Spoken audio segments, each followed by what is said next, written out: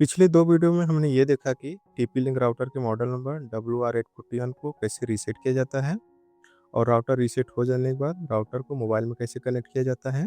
आज की वीडियो में हम ये देखेंगे कि राउटर रीसेट हो जाने के बाद अगर आपका कनेक्शन टाइप डायनेमिक आईपी है, तब आप अपने इस राउटर को कैसे कॉन्फ़िगर या फिर सेटअप कर सकते हैं।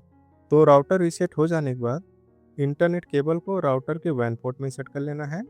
यहाँ पर आप देखेंगे जो ब्लू कलर का पोर्ट दिया गया है, यही राउटर का वैन पोर्ट है। इसी वैन पोर्ट में हमें इंटरनेट केबल को इंसर्ट कर लेना है।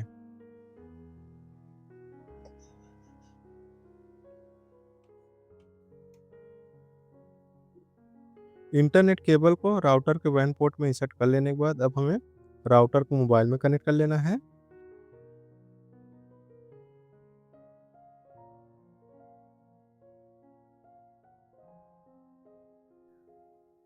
आप देखेंगे आपका राउटर मोबाइल में कनेक्ट हो जाता है। राउटर को मोबाइल में कैसे कनेक्ट किया जाता है, पिछली वीडियो में हम ये एक्सप्लेन किए थे। लिंक वीडियो के डिस्क्रिप्शन में दिया गया है, आप चाहें तो देख सकते हैं।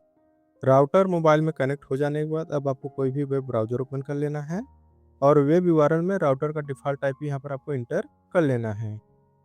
राउटर का डिफ़ॉल्ट आईपी कैसे पता किया जाता है, लिंक वीडियो के डिस्क्रिप्शन में दिया गया है, आप चाहें तो देख सकते हैं। देखो, आप देखेंगे राउटर का लॉगिन पेज आ जाता है। यहाँ पर आप देखेंगे इस राउटर का यूज़र नेम और पासवर्ड पूछा जा रहा है। तो इस राउटर का डिफ़ॉल्ट यूज़र नेम और पासवर्ड स्मॉल में एडमिन एडमिन है। वही यूज़र नेम और पासवर्ड इंटर करके आपको राउटर को लॉगिन कर लेना है। इस तरह से आप देखेंगे आपका राउटर लॉगिन हो जाता है। यहाँ पर आप देखेंगे जो इंटरफेस आया है वो क्विक सेटअप का आया है। ऐसा इसलिए क्योंकि हम राउटर को प्रीसेट किए थे। तो यहाँ देखेंगे एग्जिट और नेक्स्ट का ऑप्शन दिया गया है, आपको एग्जिट वाले ऑप्शन पर क्लिक कर लेना है।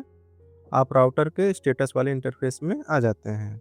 यहाँ पर आप देखेंगे क्विक सेटअप का ऑप्शन दिया गया है, इस पर आपको क्लिक कर लेना है। आप फिर से क्विक सेटअप के इंटरफेस में आ जाते हैं। यहाँ पर आप देखेंगे नेक्स्ट का ऑप्शन दिया गया है, इस पर आपको क्लिक कर लेना है। आप ऑपरेशन मोड के इंटरफेस में आ जाते हैं। यहाँ पर आप देखेंगे 3 ऑपरेशन मोड दिए गए हैं। इन ऑपरेशन मोड में से आपको वायरलेस राउटर वाला जो ऑपरेशन मोड दिया गया है वो सेलेक्ट कर लेना है, जो कि बाय डिफ़ॉल्ट सेलेक्ट हुआ रहता है। ऑपरेशन मोड सेलेक्ट हो जाने के बाद नीचे आप देखेंगे नेक्स्ट का ऑप्शन दिया गया है, इस पर आपको क्लिक कर लेना है।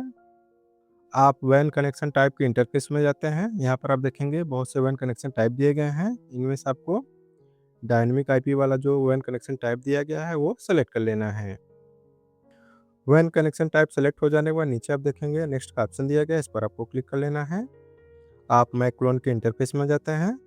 यहाँ पर आपको नो वाला ही ऑप्शन सेलेक्ट करके रखना है और नीचे आप देखेंगे नेक्स्ट का ऑप्शन दिया गया है, इस पर आपको क्लिक कर लेना है। आप वायरलेस के इंटरफेस में जाते हैं। यहाँ पर आप अपने राउटर का जो भी नाम रखना चाहते हैं उसको रख सकते हैं और जो भी आप यहाँ पर नाम रखेंगे उस नाम को कनेक्ट करने के लिए जो पासवर्ड रखना चाहते हैं वो यहाँ पर आपको इंटर कर देना है। तो इस तरह से इस इंटरफेस में आपको राउटर का नाम और राउटर का पासवर्ड रख लेना है। तो चलिए हम अपने राउटर का नाम और पासवर्ड इंटर कर लेते हैं। इस तरह से आप अपने राउटर का नाम और पासवर्ड इंटर कर लीजिएगा। राउटर का नाम और पासवर्ड इंटर हो जाने के बाद नीचे आप देखेंगे नेक्स्ट का ऑप्शन दिया गया है, इस पर आपको क्लिक कर लेना है। आप क्विक सेटअप के लास्ट इंटरफेस में जाते हैं। यहाँ पर आप देखेंगे एक समरी दिया गया है।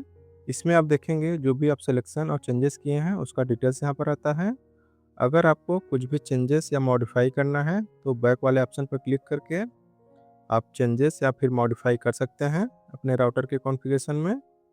और अगर आपको अपने राउटर के कॉन्फ़िगरेशन में कुछ भी चेंजेस नहीं करना है तो आपको सेव वाले ऑप्शन पर क्लिक कर लेना है।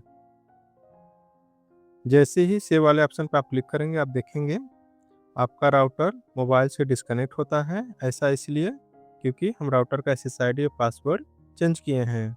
तो हमें क्या करना है, फिर से अपने राउटर को मोबाइल में कनेक्ट कर लेना है। यहाँ पर आप देख सकते हैं अभी मेरा राउटर मोबाइल से डिस्कनेक्ट हो गया है।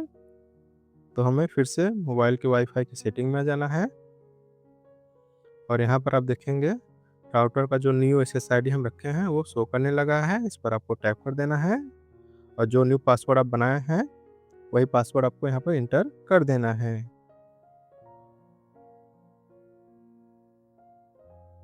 इस तरह से आप देखेंगे आपका राउटर मोबाइल में फिर से कनेक्ट हो जाता है।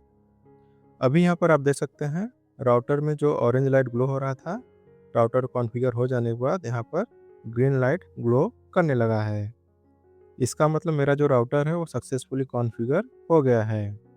अभी हम अपने इस राउटर से इंटरनेट एक्सेस कर सकते हैं। अब चलिए वेरीफ़ाई कर लेते हैं कि हम अपने इस राउटर से इंटरनेट एक्सेस कर पा रहे हैं या नहीं। स्पीड टेस्ट, अभी आप देख सकते हैं स्पीड टेस्ट रन हो रहा है। इसका मतलब हम अपने इस राउटर से इंटरनेट एक्सेस कर पा रहे हैं। और यहाँ पर आप ये भी देख सकते हैं करंट में हम कौन से SSID से कनेक्ट हुए हैं। तो इस तरह से अगर आपका कनेक्शन टाइप डायनेमिक आईपी है तो इस राउटर को कॉन्फ़िगर कर सकते हैं।